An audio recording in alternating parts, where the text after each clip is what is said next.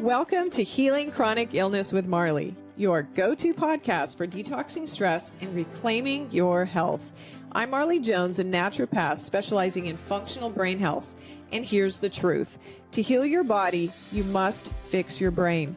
Chronic stress fuels illness, but stress resilience unlocks true healing and an optimal life. Join me for practical brain and body healing strategies. Sometimes I'm solo, sometimes I have expert guests with cutting-edge treatments and natural solutions just for you. No matter where you are in your healing journey, you'll find real hope, actionable tools, and the support you need. Healing is possible, my friends. You're not alone. Let's get started.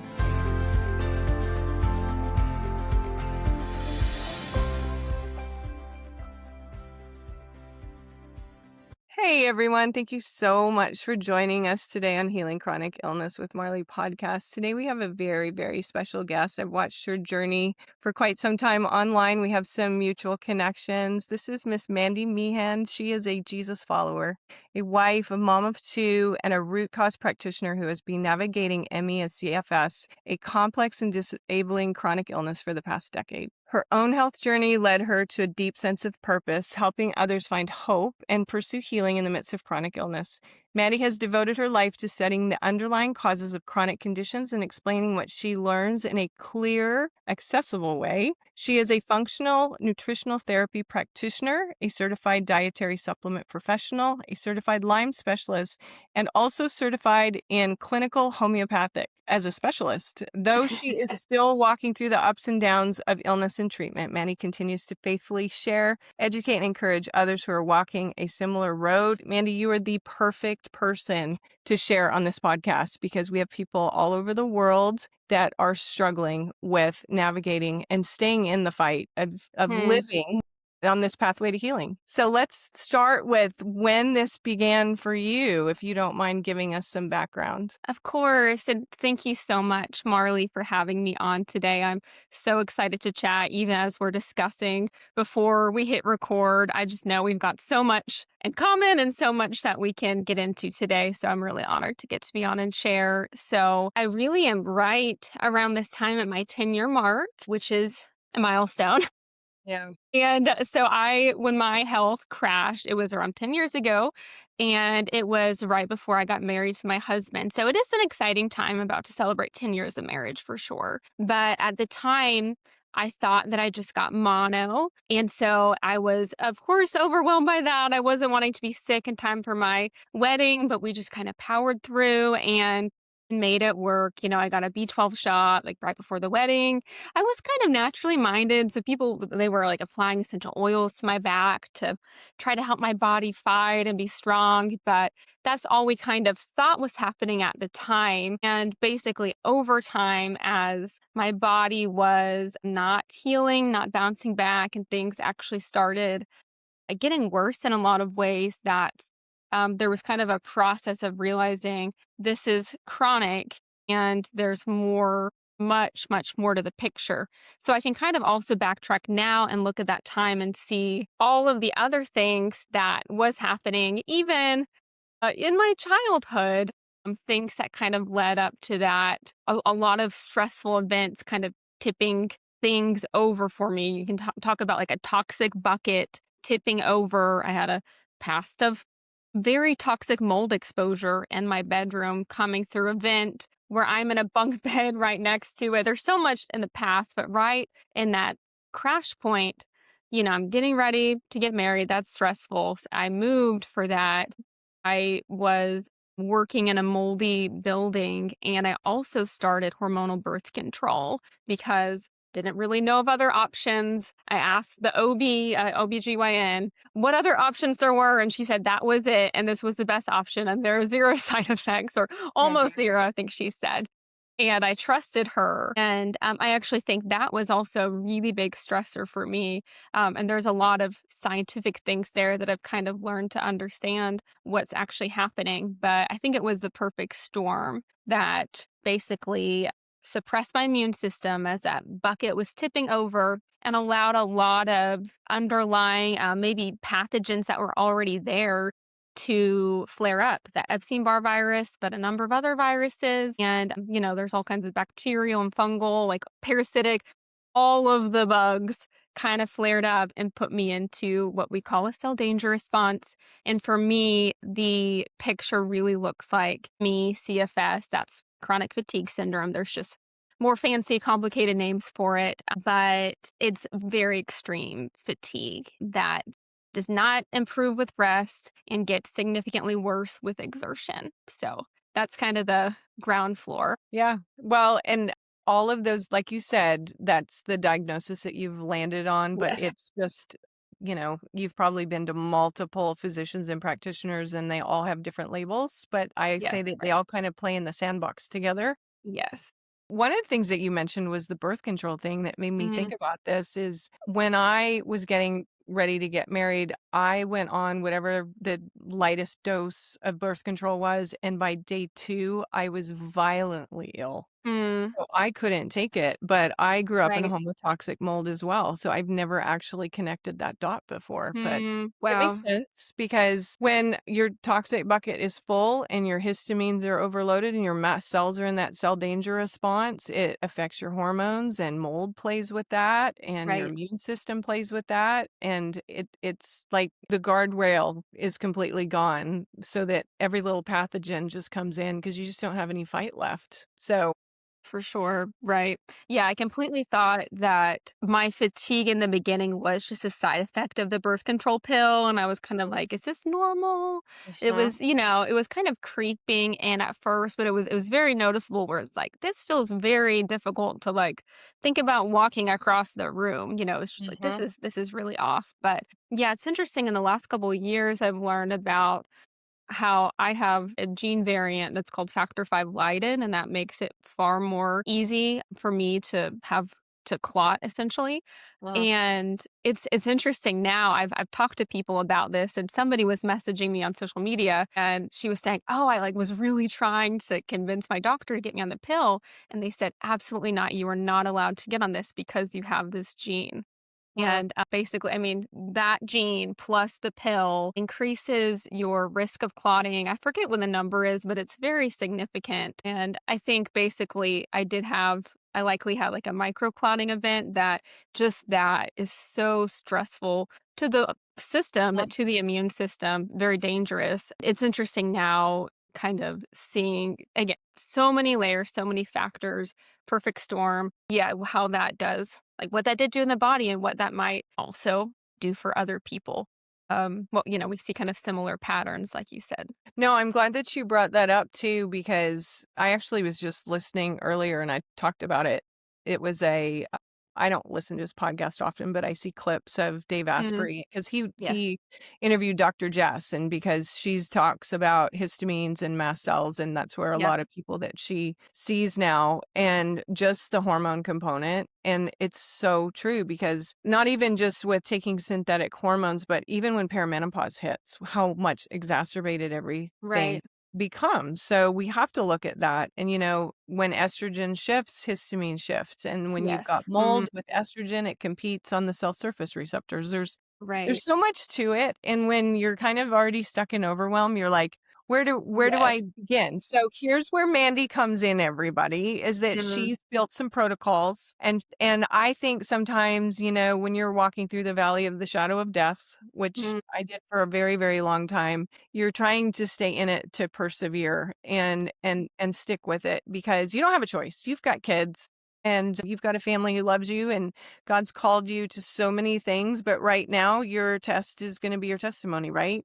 And you're going to turn That's your right. pain Mhm. to purpose. Yes. So I want to ask you a couple of things. The first one, let's talk about we'll talk about the spiritual last because I feel like Mhm. that's such a big component. And I get a lot of people on here that maybe touch on a little bit, but I feel like that's a big part of why you and I are connected actually. What are some of the protocols that you feel like would help people that have these complicated chronic illnesses get from A to B? You mentioned earlier For about, sure. cell danger response and detox pathways being open, Mhm. but What has helped you the most? For sure. So, how I look at things now when it comes to the primary root causes of complex chronic illness, I and just chronic illness in general, I kind of recently just have been maybe workshopping an acronym. I kind of realized, oh, this works as a word. The word is tilt, Tilt. So Writing this down. toxins, infections, lifestyle, trauma. Mm, And yeah, I think just the toxins, infections, trauma slash, stress. Those are the things that I constantly find myself pointing people to because I know in the very beginning, I knew lifestyle was so important. And I was convinced I could fix myself and heal myself through diet and just the idea of like flooding the body with all of the nutrients and just taking a whole bunch of vitamins and expecting my body to kind of fix itself with that. And maybe that can happen in some circumstances, but most of the clients I'm working with and I'm seeing, they've got the lifestyle things pretty set. But of course, that's so crucial, so foundational. So it's got to be in there, and that is such a big driver of dysfunction and disease. So, but the toxins, infections, and then trauma slash stress, it's funny, before you mentioned Dr. Jacob Teitelbaum, and I remember getting his book pretty early on. His is the Shine Protocol, correct? That yeah, was he's kind of his shine. thing. Right. Yes. Yep. I remember reading through that book, and I'm pretty sure I skipped the infection portion of the book because for whatever reason, I just did not think that was relevant to me. I was so Hmm. clueless. Someone was telling me you need to work on your immune system, and I don't know why I was like, I don't think it's an immune issue. I just didn't understand the body at all at that point. Like, I just had mono and now I'm sick. That just did something to me. I don't have mono anymore. Like my mono Right. antibodies aren't showing active infection anymore, which there may have been, chronic low grade infection there. Cause that's a thing. So anyway, that's just kind of a funny side note.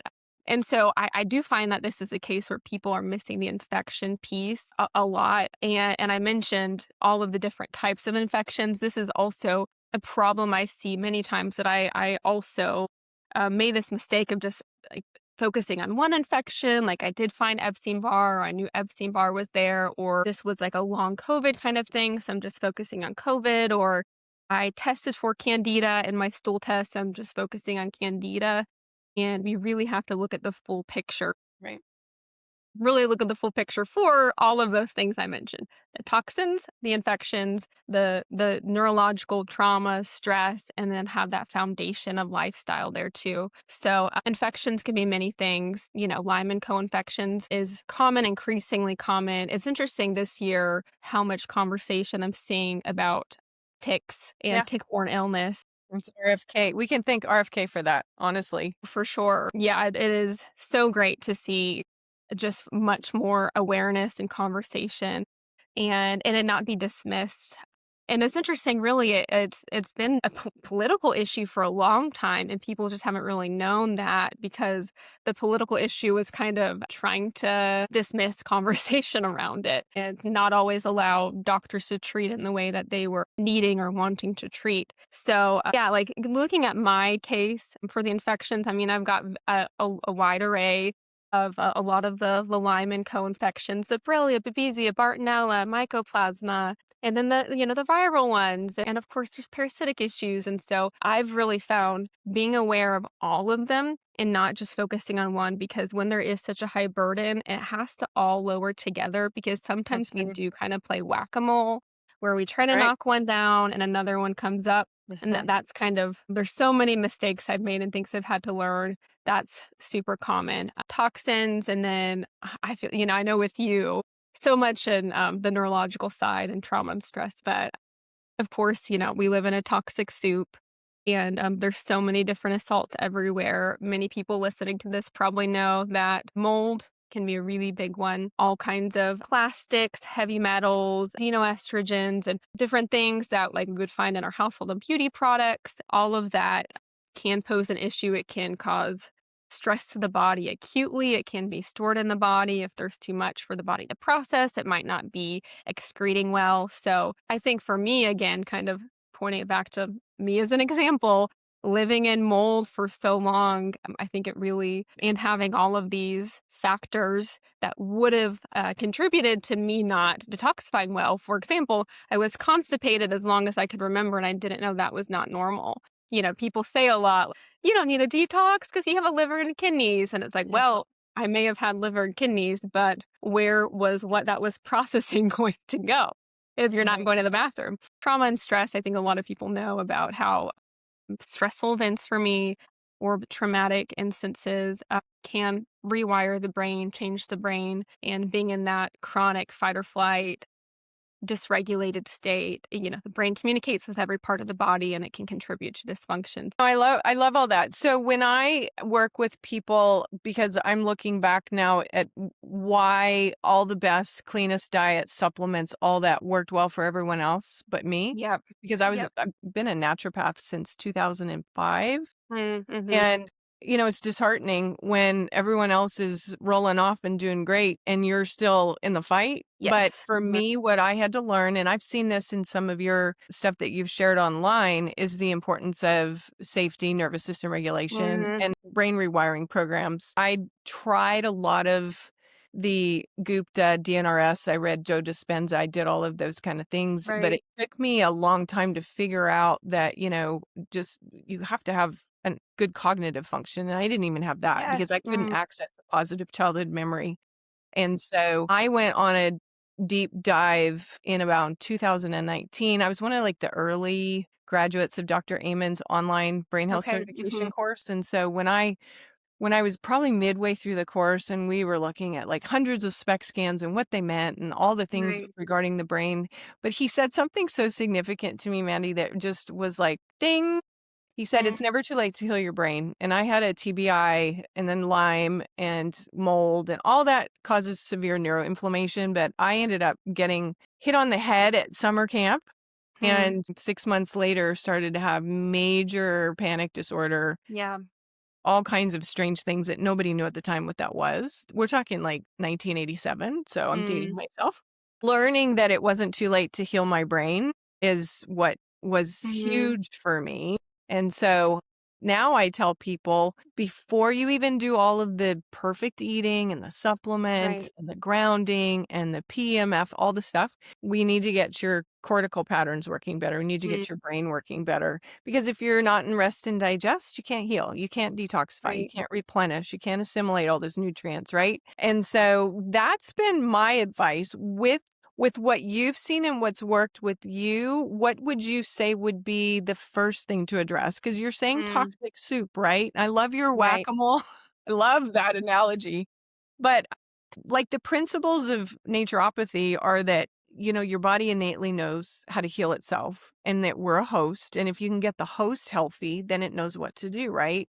If we get out of the body's way and stop the wrongdoing. But what do you do if you've got a host of infections? Because I know from what I've seen that you've got to address mold before you address this and before you get, Mhm. especially me, I did really great in the hyperbaric oxygen chamber. I did a lot of dives. But Mm. my girlfriend who has Lyme and similar issues as me, and she's got EDS and a host of other Yeah. things too. She got really, really sick in that chamber, but it's Mm. because Mhm. my mold wasn't as high as hers and that Yeah. stirred the pot too much. So I know that's kind of here's part of my story, but like what I want to know is like, what does Mandy think is the best thing to maybe address first? Because, when Right. you're exhausted, you have to advocate for yourself. Where do people begin? What have you seen that Mm. has been like looking back? If I had done that first, this Right. might have been the next thing in succession. Because I know as a coach, you have a heart to help people heal, but also take what you've learned and give them a roadmap that isn't Yes.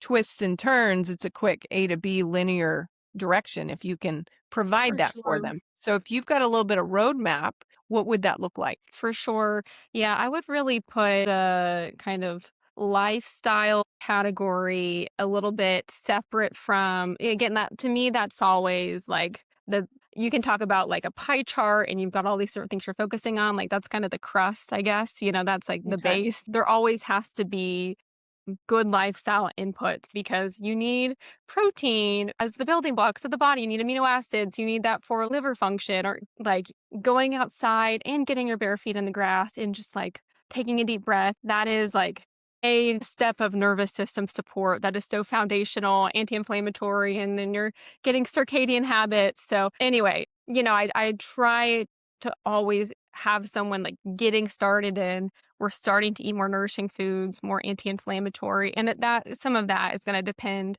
so much on the person and doing things that's not too overwhelming to them. So when it comes to kind of the protocol, the place I do really always start is with like the drainage and mitochondria. So like for me, I talked about my history of constipation.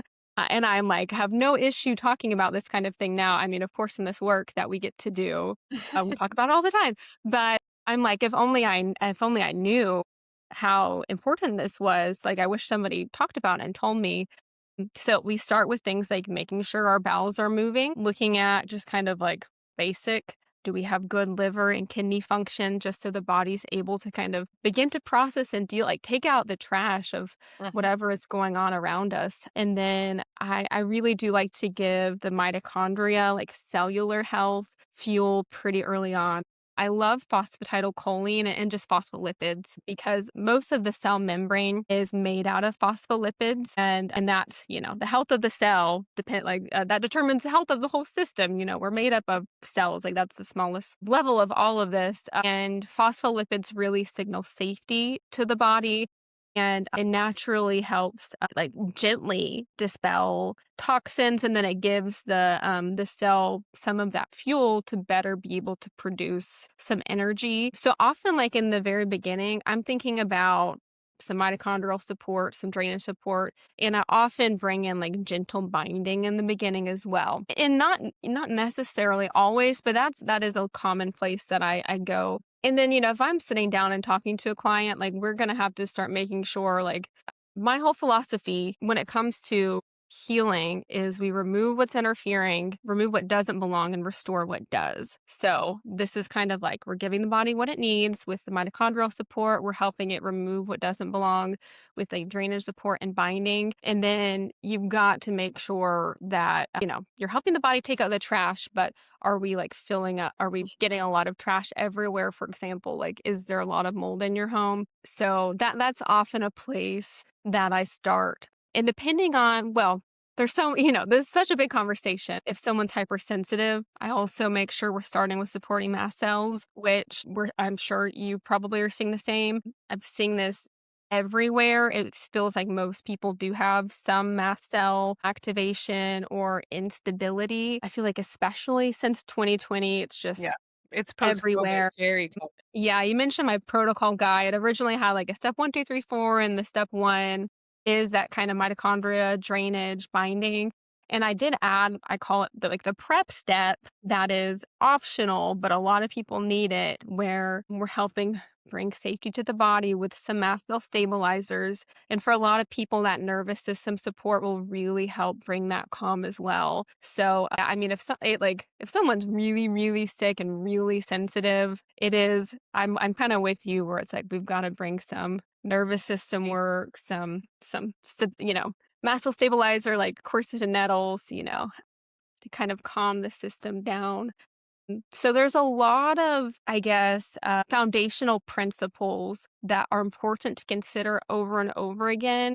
But I have kind of gotten to a place where there are different things that will specifically come into play for each person depending on what the priority is for them. So I always want to care about the nervous system and drainage and mitochondria and strategic detoxification, binding, but I kind of have found I used to be very strongly, mold first before the Lyme type infections. And now there are sometimes, or even like parasites first before Mhm. that. And Right. sometimes I flip it around, or it just kind of depends on the person. And anyway, I've been able to see good success for people in different orders. But, you know, if you're in mold and that's a really big problem, that one. usually Yeah, is priority. So, for sure. Do you do functional testing, Mandy, before you work with everybody, or is it pretty standard, the protocols? Because a lot of people, they can't afford the testing, and I've often said right, if you're on a budget,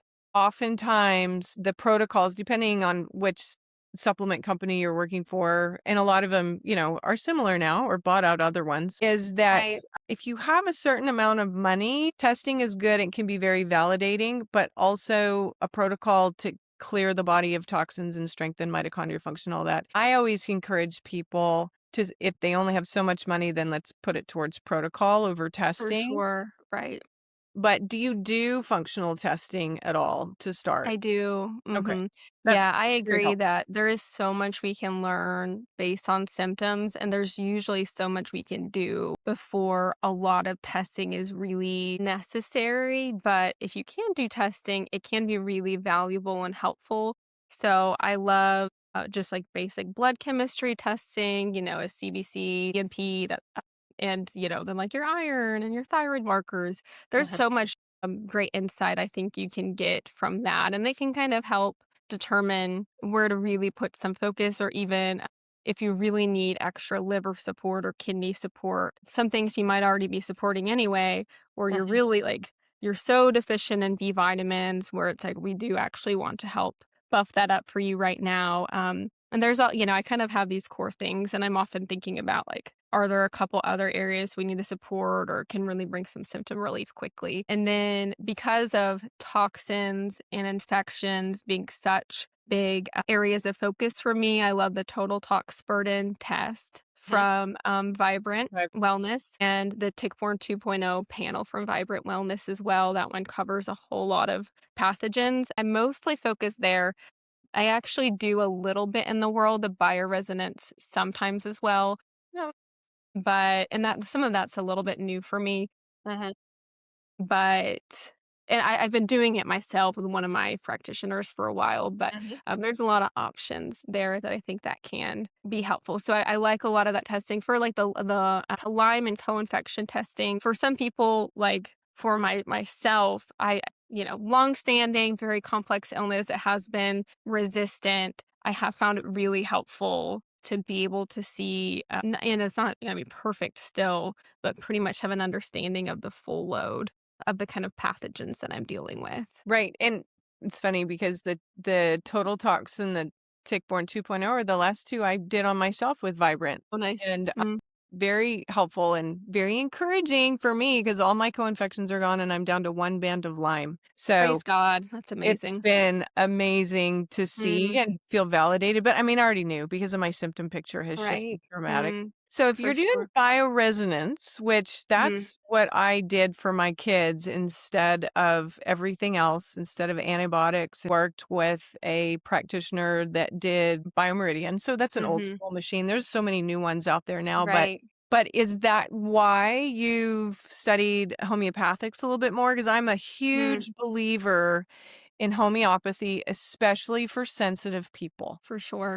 That's a good question. It might have coincided a little bit, the different interests in both of those. I really first got into homeopathy a few years ago, and I did a lot of training on no-sode therapy. So basically, it's using a type of supplement that's helping kind of stimulate the body's own immune response to help get a certain infection or pathogen into check. It's kind of interesting with that. I think in some ways I was doing the whack-a-mole thing a little bit, and for the amount of infections I had and the immune suppression that I had, it actually didn't give me the symptom improvement that I wanted to see.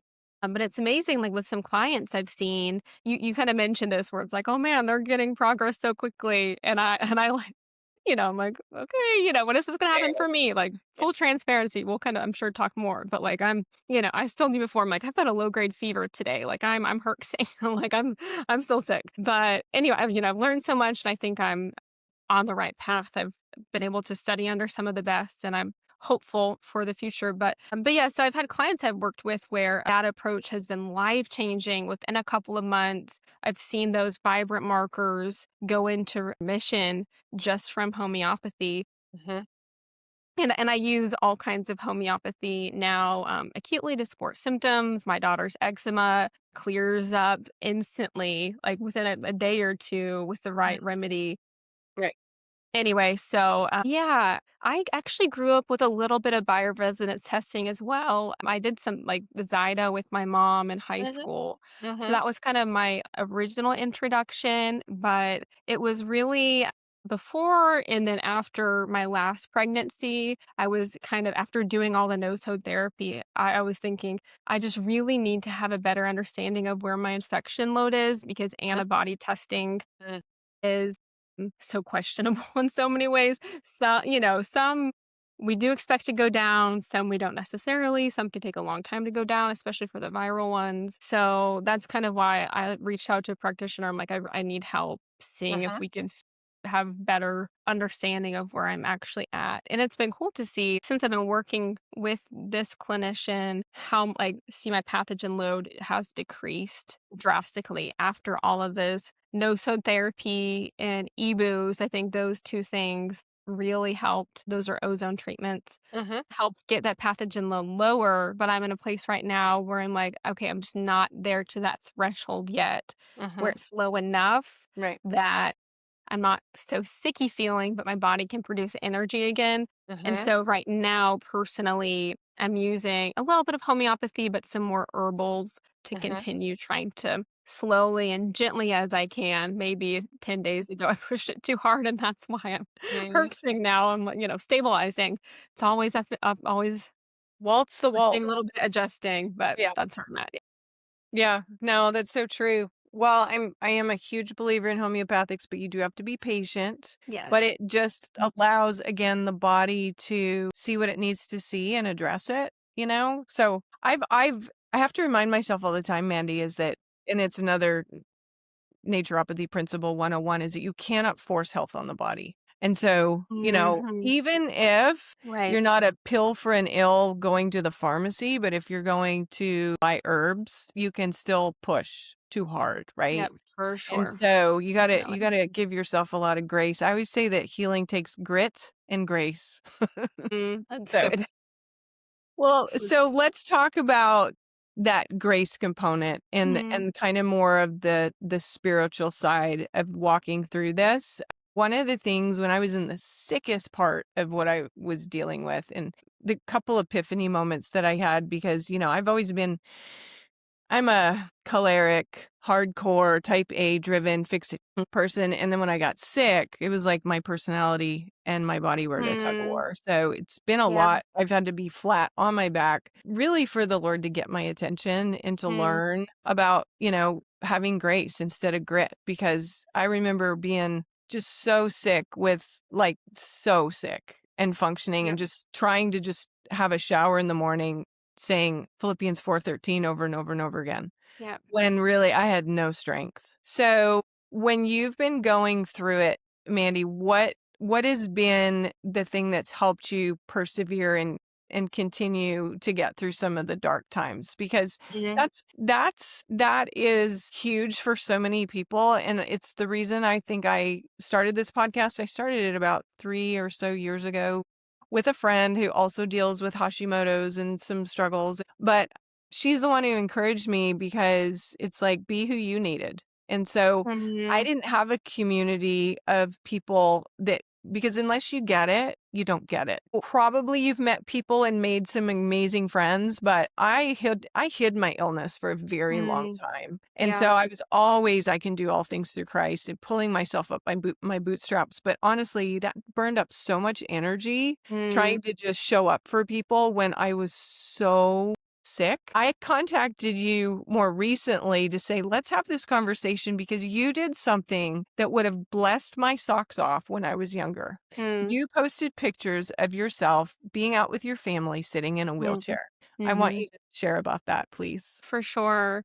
Oh, yeah, there's so much I could say to everything you just said, talking about how God's kind of worked through suffering and all of the lessons I've gotten to learn. And, it's so much over 10 years and so many different scriptures to hold on to and trying to find purpose and pain. And really, like, I just want to say really quickly, it was such a such crazy thing, I think God working in me in the beginning to start sharing because I was not a vulnerable person, not a transparent person at all. I mean, down to like silly things my friends and I would have never talked about boys or our periods or and I just like would never talk about just really silly normal things, very private about family, all kinds of personal things. So when I got on YouTube, I got sick, tried to work for 6 months, tried to be married, wasn't able to do that, had to step away. And it was like, I just knew so quickly. I'm like, God works all things together for the good of those who love him and are called according to his purpose. I'm called, like, I've got a purpose and God's going to work through this. So, and I'm like stuck at home sick right now. So Mhm. I've got to do something in order to help people make a difference. So I did something I never thought I would do and shared really publicly in the beginning on YouTube. And my family, they were shocked. They're like, she's sharing all these personal things. This is so unlike her. And really quickly, I just kind of found this community of people with chronic illness. I didn't know that existed. Mhm. And I just knew I had to help them. And so much in my journey, it gives me that perseverance to know everything that's happening to me. I'm learning so much and I just have to help other people like me. And I'm just determined to, I'm not going to have all the answers. And I ask God to lead me and I consult people, but I'm kind of determined to basically figure it out to be able to help people. Mhm. So all that being said, yeah, I more recently I've been trying to share more about the disability Mhm. aspect of it. It took me like 6 or 7 years to really first say that word out loud. And then really having my kids kind of made it more clear to me. And also, kind of, even though I was open, I still would have never been comfortable or was not comfortable previously using a wheelchair and things like that. Instead, I just would not want to go to the event or want to, You miss out. I Yeah. would miss out. So when I had my kids, something, completely changed where it was so easy of a decision to be like, if I want to go to the zoo with my children, like I'm going to use a wheelchair. Anyway, I told you, like, I'm very emotional. I don't mind being emotional, but collect myself for a minute so you can understand me. You're doing great. So Thank you so much. thank you. Yeah. So I'm like, oh, of course, like I'm gonna like I will do what I need to do now to be able to enjoy life with my family. And it's been, it's such a blessing. I have so much hope for healing. I know I'm gonna get there. I like I said, I feel like I understand the path I need to take. But in the day to day now, in the moment, like it's interesting how much we understand. We give so much more grace to other people for that kind of thing than we do for ourselves or have that kindness for ourselves. For other people, so often you see, like, of course, like, do what you need to do to be able to, like, engage in life. But for yourself, it can be really hard to be comfortable with doing that. Yeah, there's so much there, even with, like, invisible illness. I do have a disability placard that I occasionally use driving. And, the other day I used that and I'm like, this is a little bit weird when the other people right next to me, they're all grandparents at this event. I'm like, Mhm. it's okay, well, like I'm getting to enjoy my son's Right. pre-K graduation, so it's worth it. So there's always emotions there, but yeah, it's been such a great step to be able to talk about that because I know it's helped other people feel more comfortable doing it. Mhm. And it was when I had my daughter Micah that I was like, oh yeah, we're gonna buy a wheelchair now. We're not just gonna rent it when I go to the museum or the zoo, so we can go on family walks. How's that feeling? Mhm. So, anyway, there's so much I can say there, but I'll let you respond again so I can collect myself. Well, what it makes me think of is it gives such a because you would offer it to a friend that was weak or Yes. lightheaded or had a sore back. But, I think for us, we look at like I qualified for disability for years, but I Right. didn't want to take up that Right. because no, because I'm the healed of the Lord, right? Right. So I think looking back now, Hmm. as I was sabotaging my own nervous system, pushing myself beyond my Mm, limits, way blowing the window of tolerance to smithereens to handle stress. So, like, it just blesses me so much because what I see when I see you post that you're out with your family and you're sitting in a wheelchair is you don't have to have FOMO. You don't have to miss yes. out. Mhm. and Mandy can trust Mandy and still enjoy because we wanna be strong and capable, and this is what makes me think of it too, and I might get emotional. I used to do this little book club, and it's actually one of my favorite authors. Her name's Robin Jones Gunn, and she does the I've Sister heard of Chicks her. books series.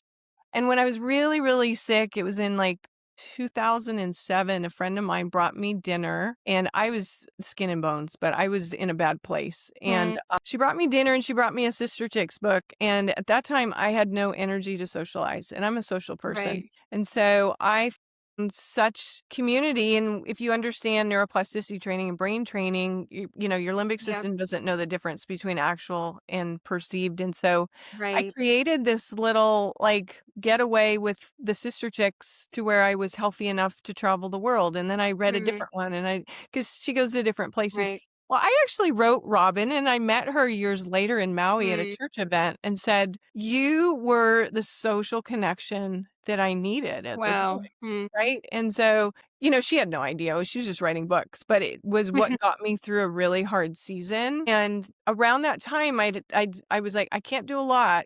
I can barely make it to church, but I can do a book club in my house. So we did this Mm, little Sister Chicks book club. And one of the ladies, she had lived in Ecuador and we zoomed her in and came back and forth because I'd met her at church. I tried to go to church when I could, but half the time I right. was fully medicated to show up. Right. And so but I could do this little book club, but somewhere in there, I remember, like, she was really sick with chronic fatigue and fibromyalgia, and the other ladies didn't have any of those issues, but we did, and so we connected in that way. But I remember posting on Facebook somewhere in there, Mandy, that said, "What is more impactful, if you pray and believe and you're healed, or if you pray and believe and you're still in it, and Mm, you're still wow. persevering," and she was the one who said that Mm, yep. second part. And being that, you know, I was kinda raised word of faith, Mm, you mhm. just you know, you're not supposed to go through lament and depression and all of the hard Mm, things, and mhm. so being that that was my mindset and kind of my expectation of myself, I spent all that time and energy, like, saving face, but it was counterproductive to my own healing because I was sabotaging my own nervous system all the time, Mm, pushing right. too much, and not being like you and saying, "I'm gonna go to the zoo today, even if it means I have to sit down the whole time." So Right. that's so liberating and so powerful, and I have so much to say about that, but I wish I had had that when I was younger, because I Mm, didn't, and I see that now, and I see that that is such a testimony of, I'm gonna still enjoy life while I heal, and it's gonna right. suck, and I'm gonna have flare-ups, and I'm gonna feel rotten, but this isn't me, Right. this too shall pass, even though for Yes. many of us, I don't know, you were 10 years in, mine started, like, illness, like, in 1987 and then got super bad with the tick bites in '99, so that's Mhm. a long period of time. I remember doing the 10-year and the 20-year Yep. and it, you know, it hasn't been till recently. So now, I don't know if I told you this, but I just came back from 3 weeks in Scotland, Wales, and England, running all over the place, like, making the sister chicks look like they're not doing much. So Praise God. Amazing. it just amazes me that Yeah. I'm able to do that. Now it's hard, and Right. I bring my tools to support myself. I'm in a place to encourage other people, and that's why this whole podcast is here, is to help people Right. know that there's community. So, do you still have your community that you met through YouTube where you guys meet, Mm. or how does that work? That's a good question. Man, I just so much of what you said I relate to so much, and we could talk for forever about all of the faith components that come along with it and kind of that duality, I guess, of having the faith for healing and then trusting God when it's not coming, knowing that there's something else that he is wanting to do. And then it is always interesting. And there's so much like stories coming to mind of navigating that within different kind of faith beliefs that can't like different theological perspectives in the church. So yeah, YouTube has not really been a thing for me since I've had my kids, but that was a cool thing that kind of led to me really sharing and finding people with chronic illness and a really kind of inspiring purpose for me. So really Instagram and Facebook is where I'm at the most. Okay. And it's always, as I can. in the healing journey, some seasons more, some seasons less. And Instagram's more personal. I mean, there's some education and things there, but I did create a Facebook group that's kind of, it is just like free support community for people with complex chronic illness. And we did a call recently just to kind of talk about the grief and the highs and the lows and the blessings and burdens and chronic illness. It was really a beautiful call. I randomly just go in. Another day I was talking about cryptolepis and all of the different beautiful things this herb does for different infections or homeopathy or drainage pathways. Well, The you gotta places. tell me what those handles are so people know if that Sure. Facebook group is Yes. something people can join. What's it called? Yes, the Facebook group is called Radical Wellness. I believe the kind of subtitle is like root cause protocols Okay. with probably with Mandy Meehan or Mandy Meehan Wellness. So if you search my name, I'm sure it will come up as well. But I came up with the term radical wellness because of the word radical coming from a Latin word radicalis, which basically means to the root. Mm, So it is like, root cause protocol. yes. Yeah.